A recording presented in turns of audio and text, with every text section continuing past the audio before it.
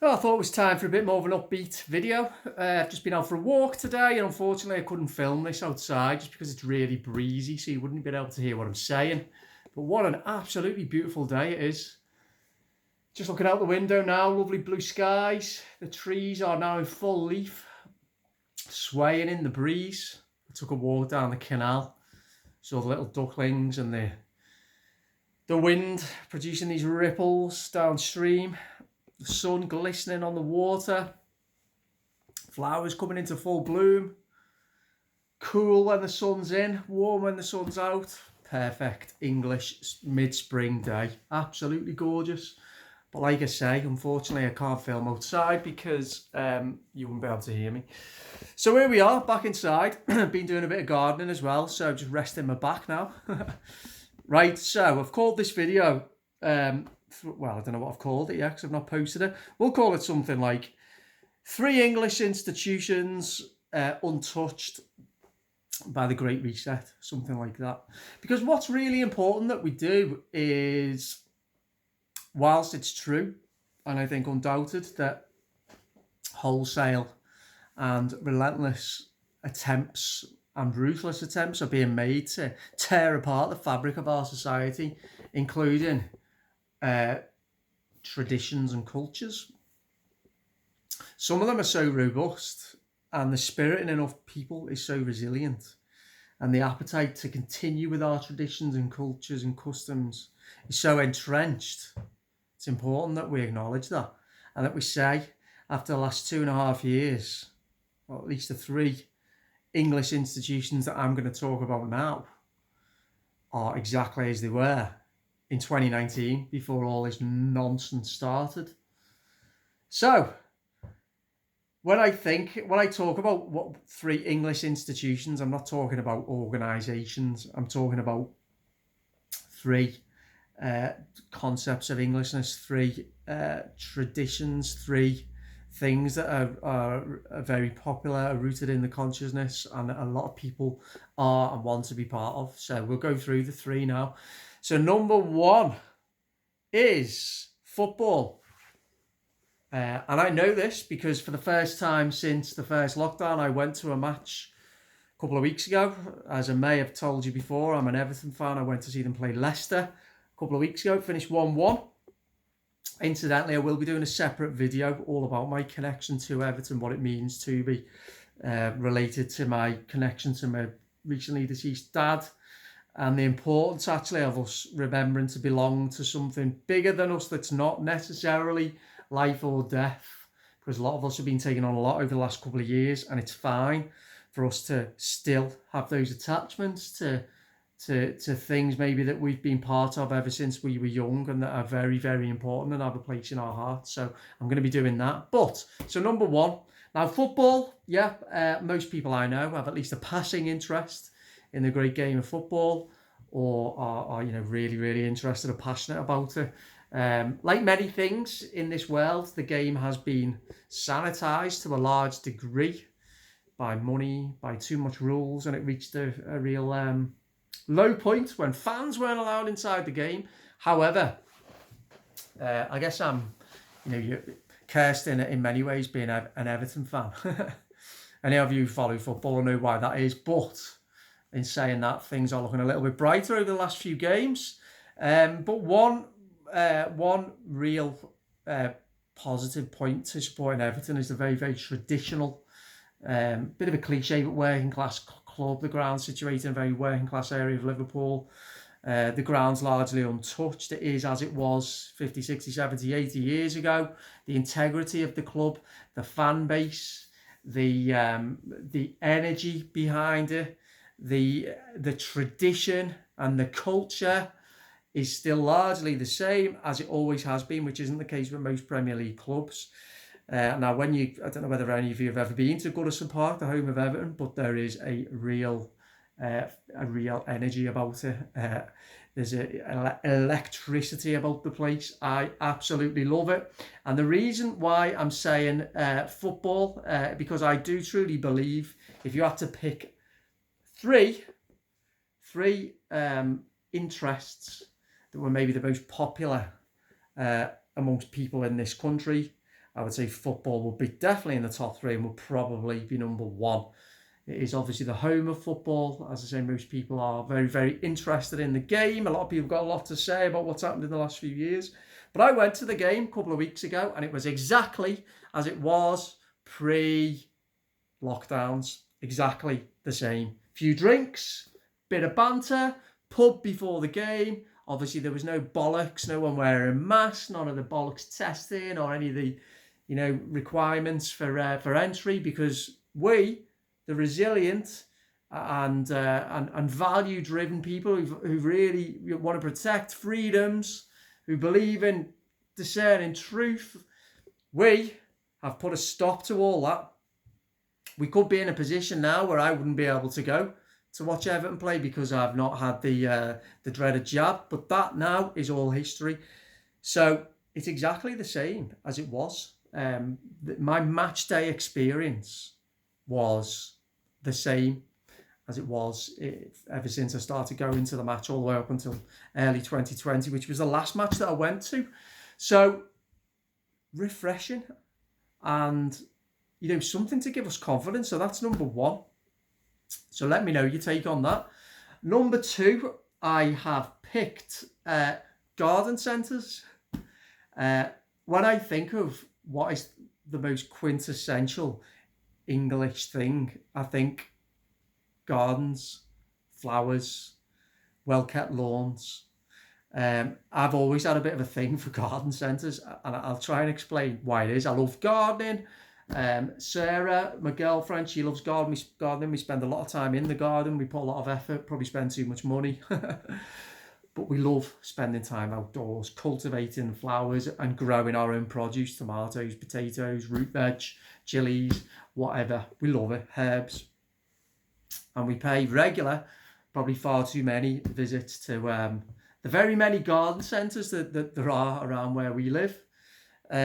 What is it about garden centre? It's the calmness. Garden centres, it's the calmness and the tranquility.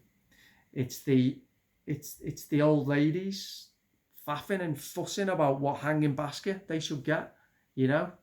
It's the smell when you go in of the blooms, of the perfume, the scent of the flowers. It's the kind of the heat under the glass. The smell of compost in the air that mixes with the smell of the flowers, and just a real calmness and quiet and sedateness that you just don't get anywhere else.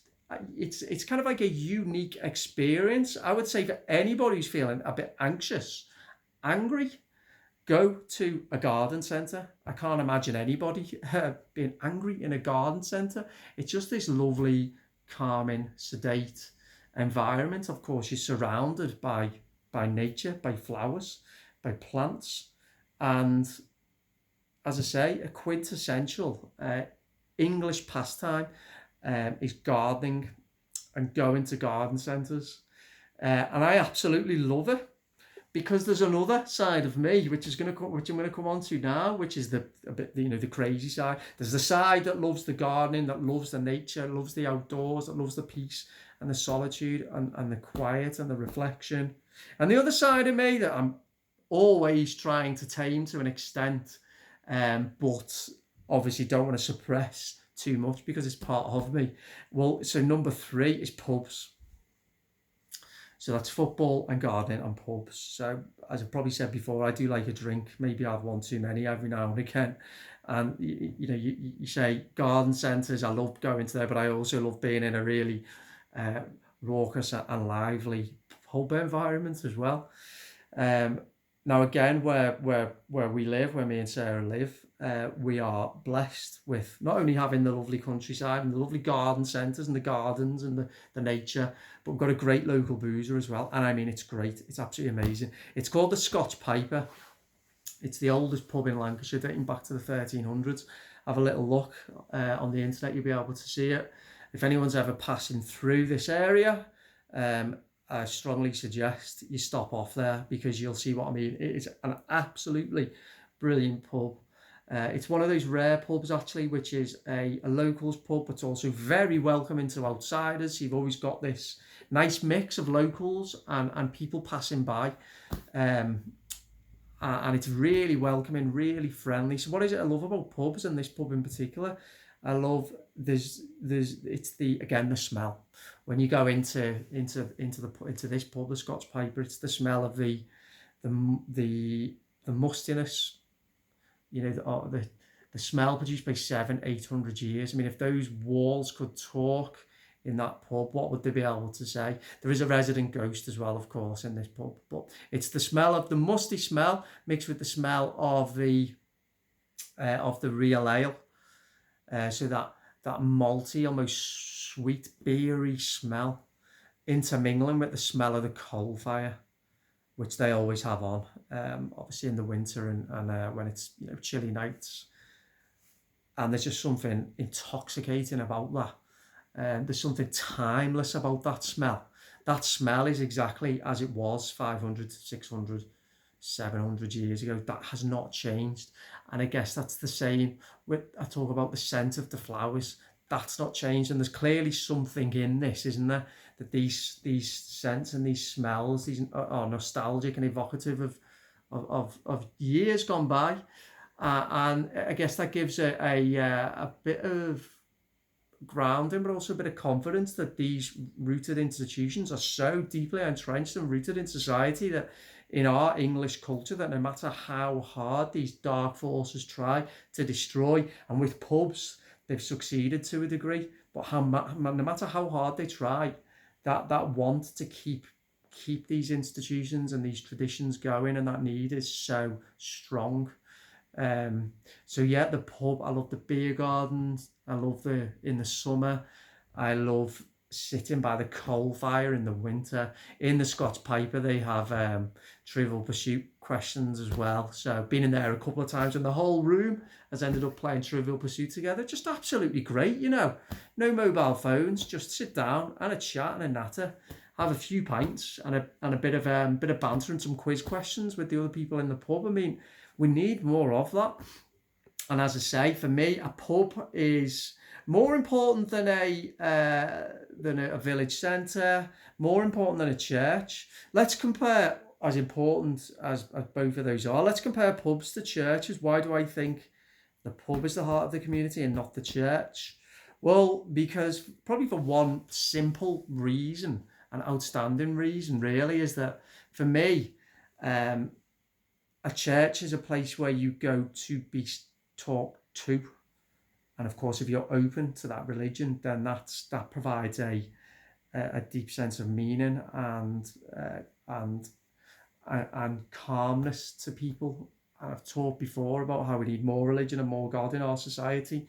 But the pub, on the other hand, is a place where you don't get talked to, but a place where just conversation can flow.